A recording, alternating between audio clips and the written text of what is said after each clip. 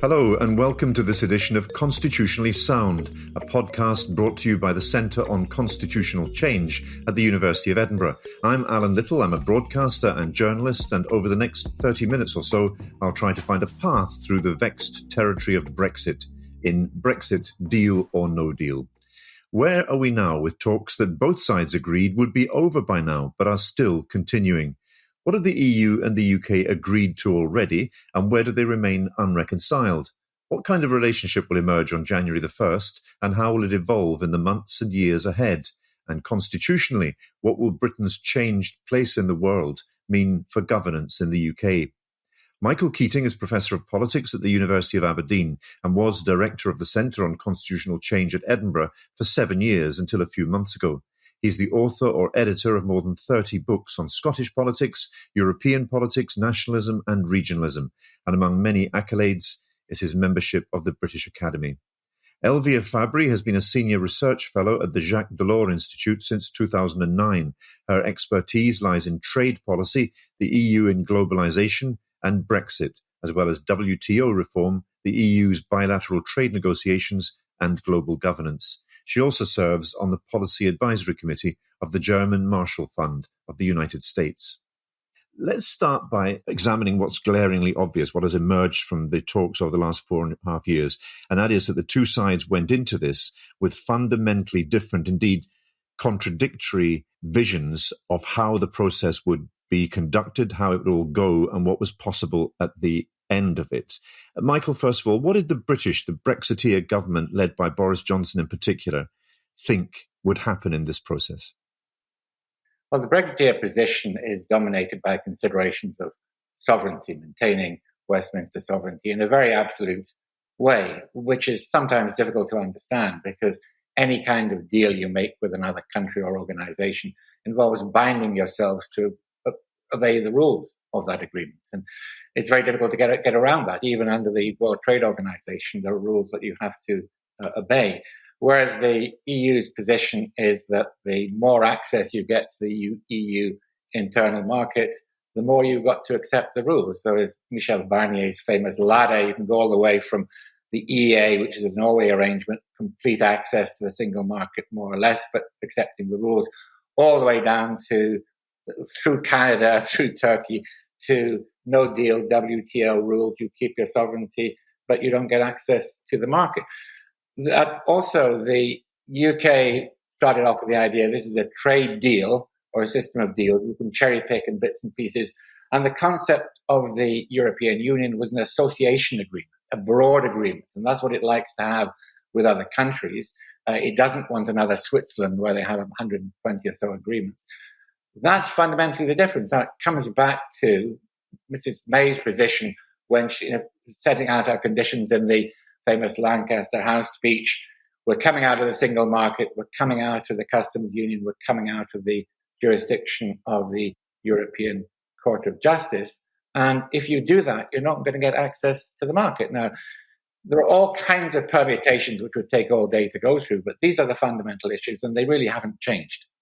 But the British seem to have regarded it as a matter of trading, like horse trading, where we give you this and you give us that in return. But that is not how the Europeans saw that. And Elvire, that phrase cherry-picking, can you explain why the EU is so worried about the idea of conceding something that looks like cherry-picking? It's about the integrity of a system, isn't it?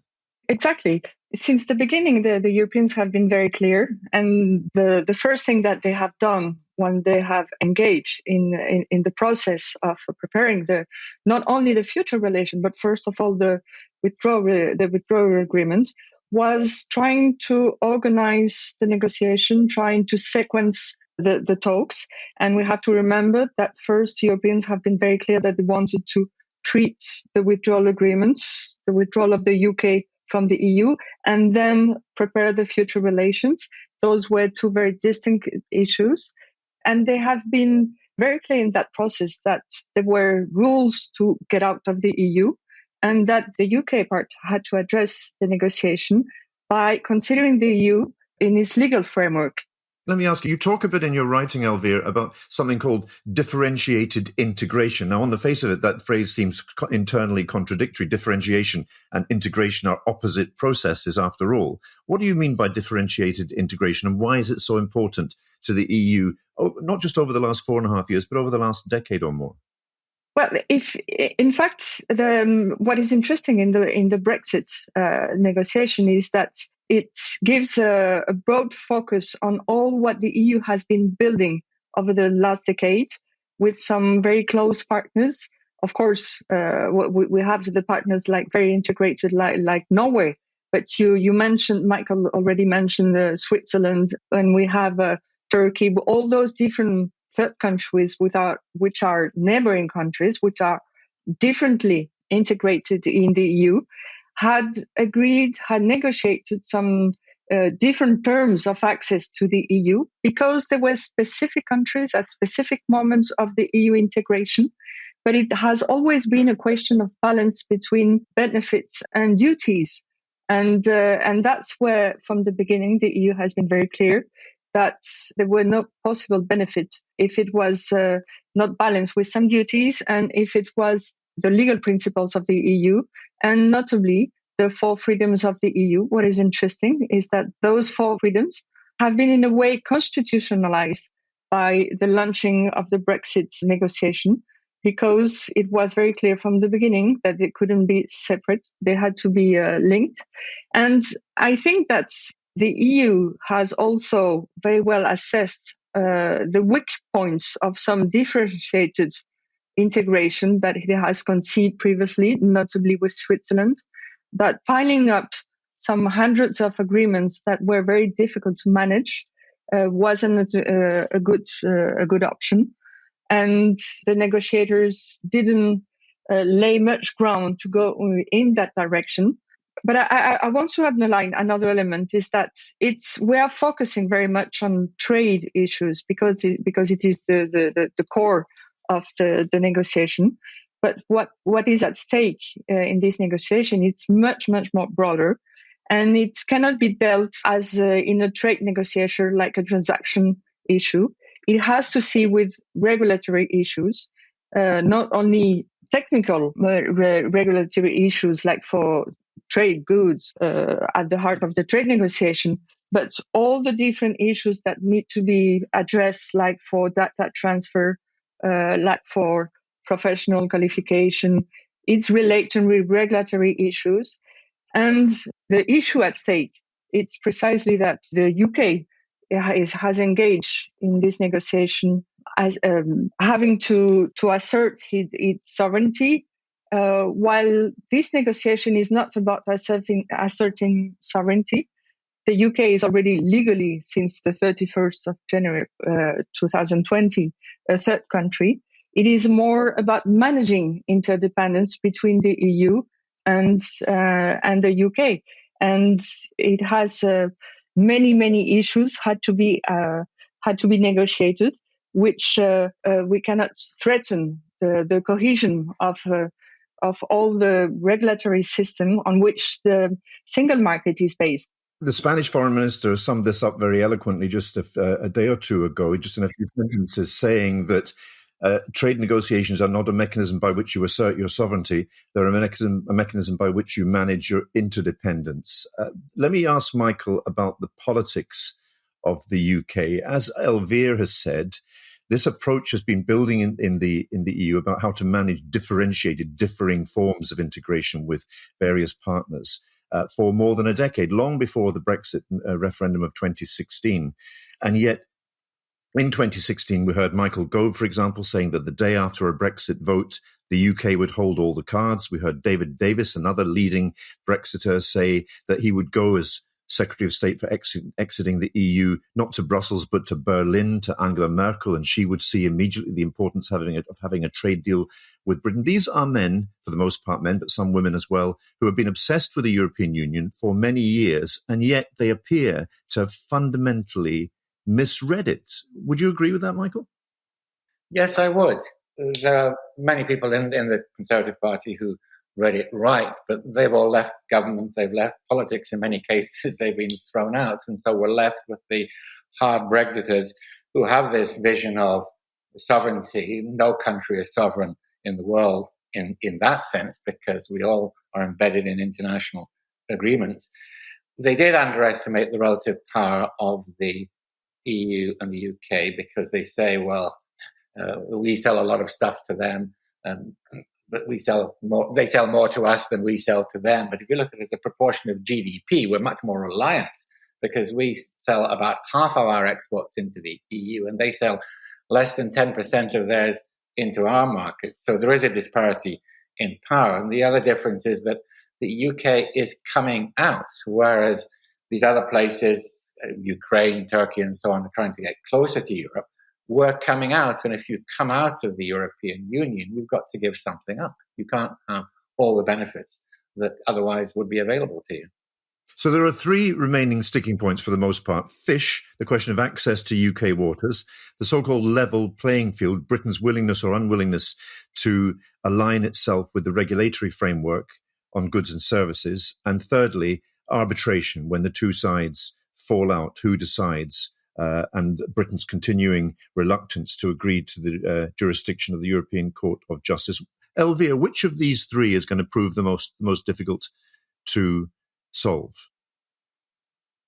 Obviously, level playing field, because fisheries, it has to be kept for the end. It is a transactional issue, and it's a very complex issue. It is heavily loaded in with identity, sensitivity issues, because it incarnates really the sovereignty recovery on British waters and economic zone. But I think that on fisheries, the two parties are really interdependent. The EU fishermen needs as much to enter into British water, to have access to British water, as the fish exporters need to have access to the EU markets. And in the end, it will be sensible, but they will have to find a compromise if the other issues are unlocked. The main issue is about level playing field.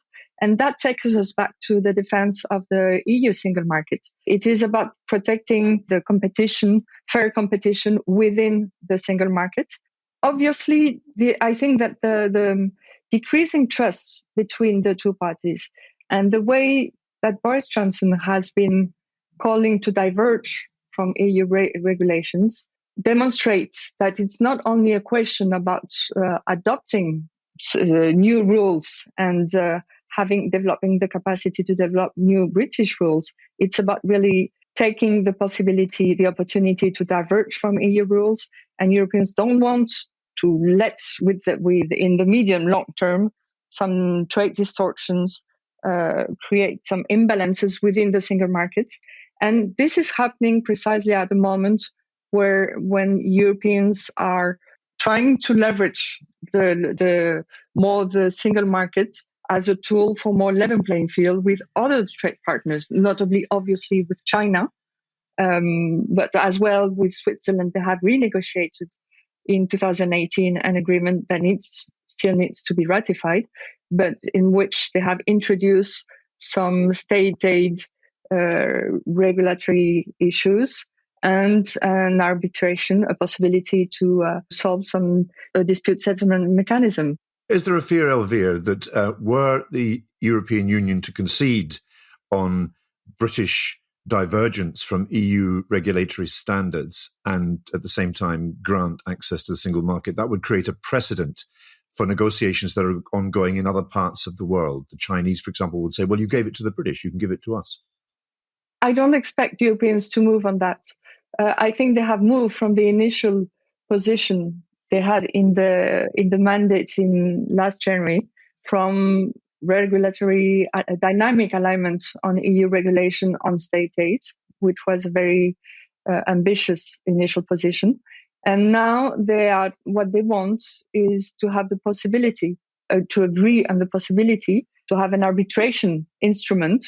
And what is discussed at the moment is more the automaticity of that system. It's more the kind of sanctions that would be implemented, and to try to have a system that is easily used and that prevents some strong imbalances. But that's why it's more at the level of the negotiators that they have this discussion. But it all depends about the willingness of Boris Johnson to move into that direction and to clarify what might be the UK stated future policy. Okay, it's not just about his willingness, though. Perhaps it's also about his ability, whether he can maneuver himself towards a concession on that question that his Brexiteer wing of the party would always describe as a betrayal of the Brexit vision. But Michael, let me ask you about the UK politics of this. There has never been a majority in the House of Commons, not even a majority on the Conservative benches, for the kind of Brexit that would emerge if there were no deal. It's a relatively small number of Brexit purists who want that. Boris Johnson could, if he was so minded, assemble a majority in the House of Commons for a different kind of Brexit, were he to concede on the level playing field and the arbitration mechanism by pulling in the Labour Party. Is there any likelihood that he will risk splitting the Conservative Party and getting a softer Brexit through the House of Commons off the back of Labour support? I doubt it, because Theresa May did try that and it didn't work when she was dealing with Jeremy Corbyn rather than Starmer. But let me say something about the level of playing field, which bears upon that. Right at the beginning of the process, a lot of the Brexiteers were talking about a bonfire of regulations, a kind of Singapore on 10. We would be a free trading, deregulated market, reducing the cost of production by getting rid of these burdensome regulations that were coming from Europe. And if you remember the run up to the referendum, David Cameron's negotiations, it was all about getting rid of European regulations.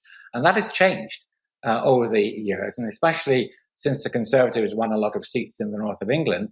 Now they're saying, don't worry, we'll keep the standards. We'll keep the environmental standards, the labour protections, the health and safety standards, and so on. So they have shifted on the substance. What they're refusing to do is give any guarantees that that will be the case. They say, we don't worry because we will do this unilaterally. And that's not good enough for the Europeans, because they want guarantees that future governments will be bound into this.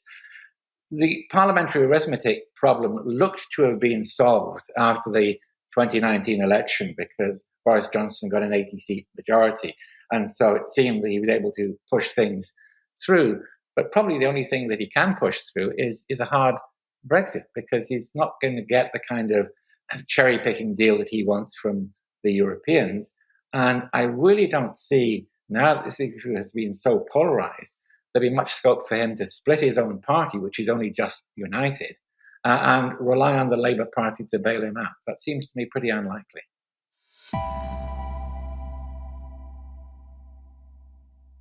So let's look ahead then. And if now seems likely, and both sides have conceded that this is the most likely outcome, there is no deal. Nobody sold a no deal solution at the 2016 referendum. That was not what was offered. Even the hardest of Brexiteers, Nigel Farage, talked about the possibility of a Norwegian-style relationship with the EU. But if it is a no deal, we're on WTO rules. Elvire, what would that mean practically from January onwards for goods crossing between the UK and the EU in both directions? Well, first of all, there will be no regulatory alignment on the EU regulations. So it means that they need to have some certification, conformity assessments, which are not only costly, but which add delays at the border. So it will mean some additional delays at the border with some administrative, a lot of paperwork for business, and additional tariffs, which will rank around. I mean, the average might be around 8.7%, but with some peaks on some products. And we know particularly that, for example, dairies are very all what has to see with the agri-food is concerned by some tariff peaks. It will mean also some additional complexity for people to move from the UK to the EU, and it will have particularly an impact for the service sector, which the UK economy is really depending on very largely. It will mean the necessity to require some visa It will mean the necessity to have an international driving license, to have a copy for insurance for the car. A lot of, in fact, what is interesting is that we're focusing on the additional costs for business, but it has a lot of implication at a very granular level.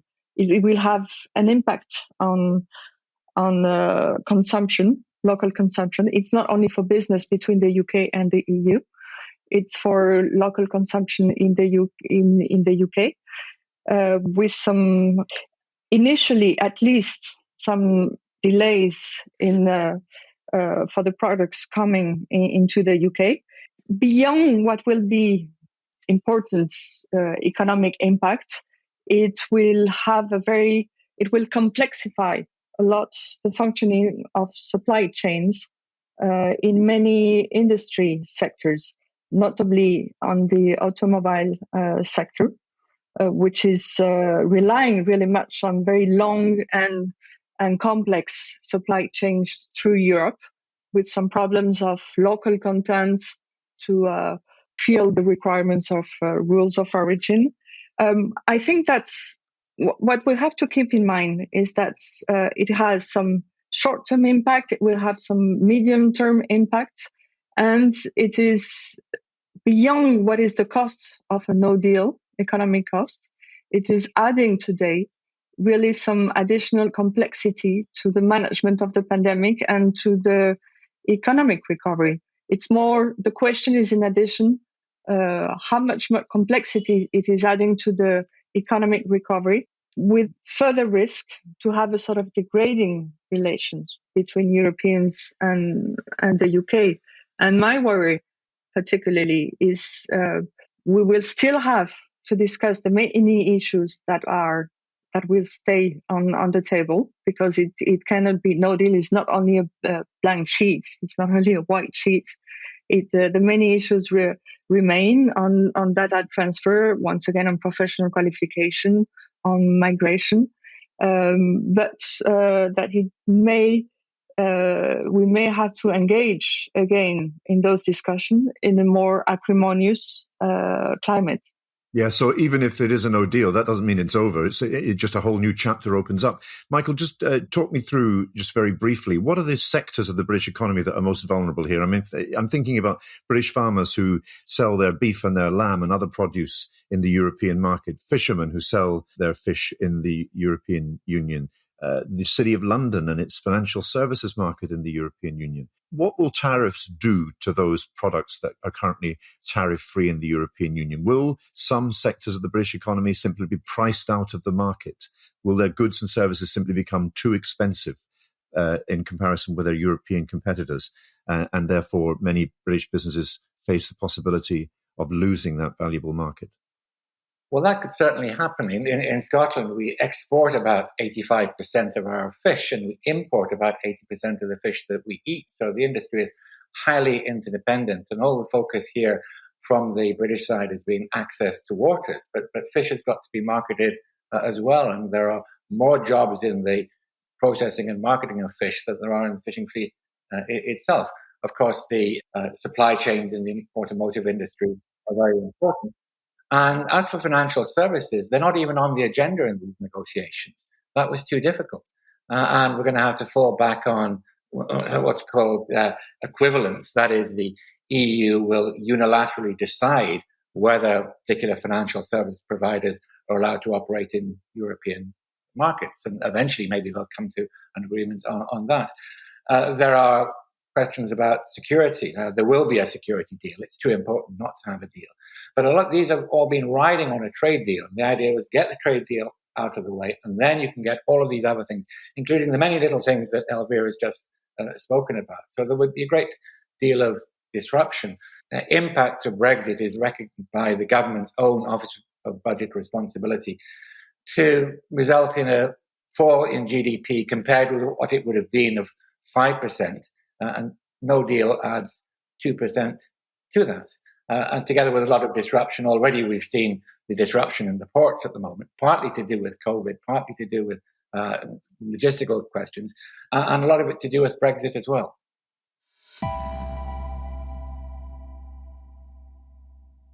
Let me move on to something else because we've only got a few minutes left now. Michael, we've seen since the beginning of the year support for Scottish independence in Scotland go well above 50% and stay there consistently in poll after poll, 55, 56% according to some polls.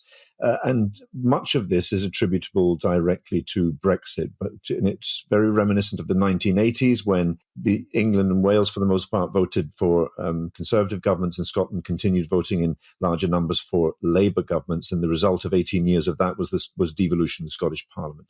There is an echo of that now in the sense that Scotland did not want to walk the Thatcherite path, but had to because it was part of the United Kingdom. Scotland similarly does not want to walk the Brexit path, but has to because it's part of the United Kingdom. Is Brexit an existential threat to the Union? Yes, it is. Scotland voted to remain, of course, by 62%, Northern Ireland by 56%. But the problem for the pro-independence people in the immediate aftermath of the referendum was that 30% of independence voters had actually voted to leave. And so it was not clear at all that this was a mandate for independence and that the remaining in the EU was connected with independence. That has changed. And those people who voted yes to independence and no to Europe have shifted towards being pro-EU and anti-Brexit. That explains a lot of the difference there. So this pro-independence vote is increasingly a pro-European vote. Those have come together, which results in a small increase, but that takes over the 50%, which is what really matters. There's also been a shift in Northern Ireland amongst Catholic nationalist voters towards reunification because of the border question. So undoubtedly, this produces centrifugal effects in the UK, increases support for secession, but it makes it more difficult because with Scotland or Northern Ireland in the EU and England outside the EU, you're going to get a hard border, and the harder the Brexit, the harder that border. Yeah, which definitely wasn't an issue in the 2014 independence referendum. Let me ask Elvire whether she can comment on that. One of the perhaps counterintuitive things that's happening in Scotland now is this alignment between pro-European sentiment and pro-independent sentiment. And a lot of the shift is attributable not to a rise in nationalism, but to a reaction against nationalism. So rather counterintuitively, a lot of pro-independence people now consider themselves not nationalists at all, but anti-nationalists. Anti the kind of nationalism represented by Brexit. How is that viewed among the European partners? Has there been a shift since 2014 in the way this is seen? Well, I think, Europeans see that very positively. And because I think that also in the EU, things have been changing those past years. And that the current debate, if you follow what have been the last decision at the EU level, with the next EU generation project, trying to increase fiscal solidarity between the EU members. And I mean, it's more focused to what could be called collective sovereignty, trying to mutualize the sovereignty of the member states. Of course, we're facing some strong trends of nationalisms within the member states in the EU. But the current EU agenda is not only focused more at this idea of collective sovereignty, but all the current debate that is developing about strategic autonomy, about trying to wait on the global scene between the main global actors, which are, of course, obviously the US on one side, China on the other side, it is fueling the idea that Europeans can need to have this support and this leverage of the single market. So the reaction coming from Scotland, in a way, is well aligned with that view about sovereignty. Okay, I want to finish now by asking you to, in one sentence, look into the future, perhaps only the next few days of the future. Is there going to be a deal, yes or no? Elvire first. I would say that this morning I'm not so optimistic. I think that, as Michael just said, it is about how Boris Johnson, how much he's feeling weak and needs to reinforce the cohesion of the Conservative Party. And with any kind of deal, he will have to face some criticism on on both sides, Labour side and the Conservative Party side. Michael. It's not looking good for a deal. It maybe they'll just run the clock down to the end of the month and we'll leave without a deal, but without a formal no deal either. Maybe the worst of all outcomes, because people will not have a chance to prepare properly for a no deal. Well, there we must leave it. This has been Constitutionally Sound, a podcast brought to you by the Centre on Constitutional Change at the University of Edinburgh. My thanks to Michael Keating, Professor of Politics at the University of Aberdeen, and Elvire Fabry, Senior Research Fellow at the Jacques Delors Institute since 2009. Thank you both very much indeed. Please join us next time.